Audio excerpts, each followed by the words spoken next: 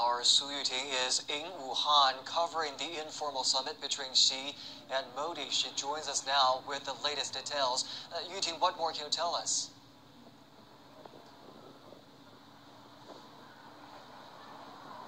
Well, Zhongshi, as you can see, I'm now in Wuhan, and Indian Prime Minister Narendra Modi has already arrived here in Wuhan. And at the point I'm speaking, President Xi Jinping and Narendra Modi has already had the informal summit between the two sides. And that is a one-on-one discussion in a very casual and relaxed setting.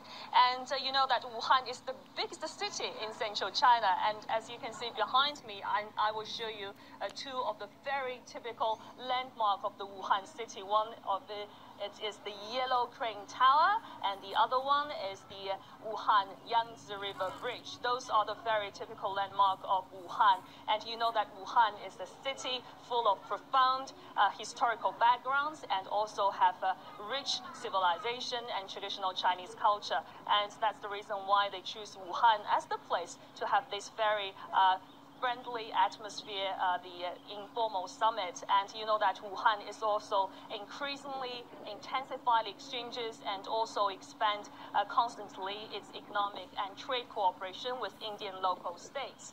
And you know that Indian Prime Minister Narendra Modi has been to many cities in China, including Guangzhou, Beijing, Xi'an, Xiamen, and also many other cities. That means that Modi has already traveled to eastern, southern, and also northern and western parts of China, except central China. So that's the reason why they choose Wuhan as the place to have this informal summit, because many believe that this visit will just give Narendra Modi a brand new experiences and will also increase his understanding of China.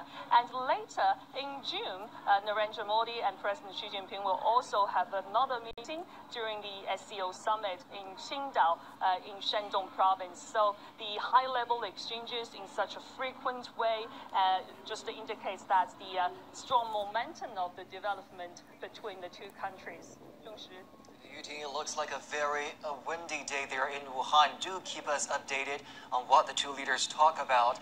We now go live to Professor Swaran Sen from Jawaharlal Nehru University School of International Studies.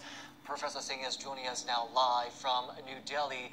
Welcome to Global Watch, Professor. I want to begin by asking you what you think are the commonalities between China and India, and what can the two countries pursue together as one? There are a large number of similarities that China and India have. They are both peer civilization. They are both also large-size societies which are transforming at a very rapid pace. Their economies are really showing enormous progress, especially economy of China has done wonderful progress in last 3 decades. But especially now as the two leaders meet, I think the context is defined by the fact that Donald Trump's America First and other several countries in the West are today following the protectionist policies focusing inwards. And that, I think, creates grounds for China and India to play a larger role.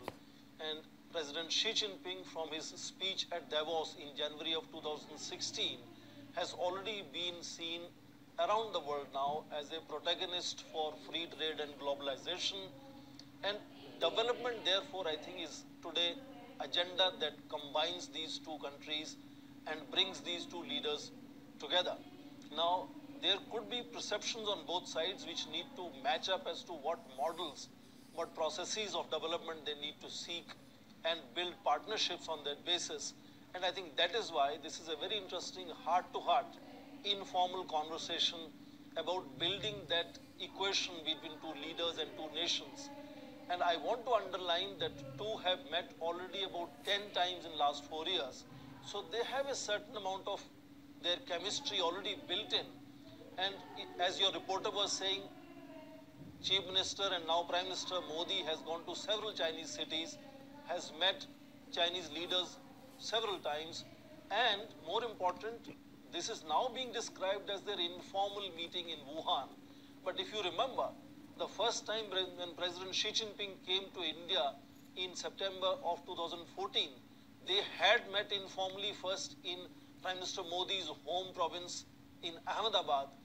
Likewise, when Modi had gone to China in May of 2015, President Xi Jinping had flown to Xi'an to have first informal interaction before they came to Beijing for the formal summit meeting. So they have had these informal conversations before, which have reached now a stage where they can think of having as many as 4 interactions, just one-to-one interactions, and I think that reflects the confidence that both have. And publicly, they are going to walk and have boat rides, will show their body language, and this will be of interest to several capitals around the world now. Professor, both China and India have proposed initiatives for development, the Belt and the Road, and made in India. What are the chances that the two countries can align these initiatives to the benefits of both countries? Thank you. You have underlined a very important area of complementarity of China and India. We all understand Chinese have built enormous amount of infrastructure at home in last 3 decades. And India is now rising as an economy and having that capacity and demand for building infrastructure in India. So it's a complementary relationship where China has enormous expertise, technology, capital available to continuously build infrastructure now outside China. And India emerges as possibly the largest market for investing such technologies, finance and expertise in building infrastructure in India. Now, of course, there are political irritations that have often come in the way, and that promise has not been realized. Initial 2 years of Prime Minister Modi from 2014 and 15, things had changed. It looked like India had opened floodgates for Chinese investments in India, but last 2 years have not been really very, very nice, and some of those initiatives have come to halt. And I think this meeting should again open up that opportunity where this complementary relationship of China and India in building infrastructure together now in India could be explored. In that sense, China will have to address few of the sensibilities that India has on some of the issues. And I think those broad issues will be on the table, as has been mentioned, relationship, that they need to understand each other and appreciate each other's strengths and limitations. And given the fact that BRI, Belt and Road Initiative, is the most ambitious program today of President Xi Jinping, I'm sure both will really gauge each other as to how they can partner in that major initiative. Proposal for China, Nepal, India economic corridor was already made this Monday by Foreign Minister and State Councillor Wang Yi. So I think some of these areas will be explored in building broader and long-term partnership in which infrastructure building will be very, very important area to explore partnerships.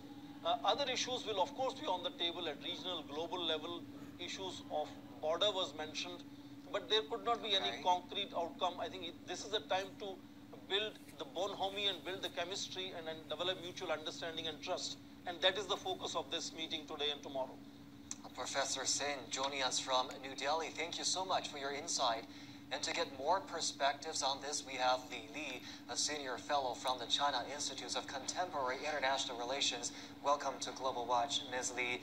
Now, Chinese Foreign Minister Wang Yi says Xi and Modi will have, and I quote, strategic communication on profound global issues. And the key word here being strategic.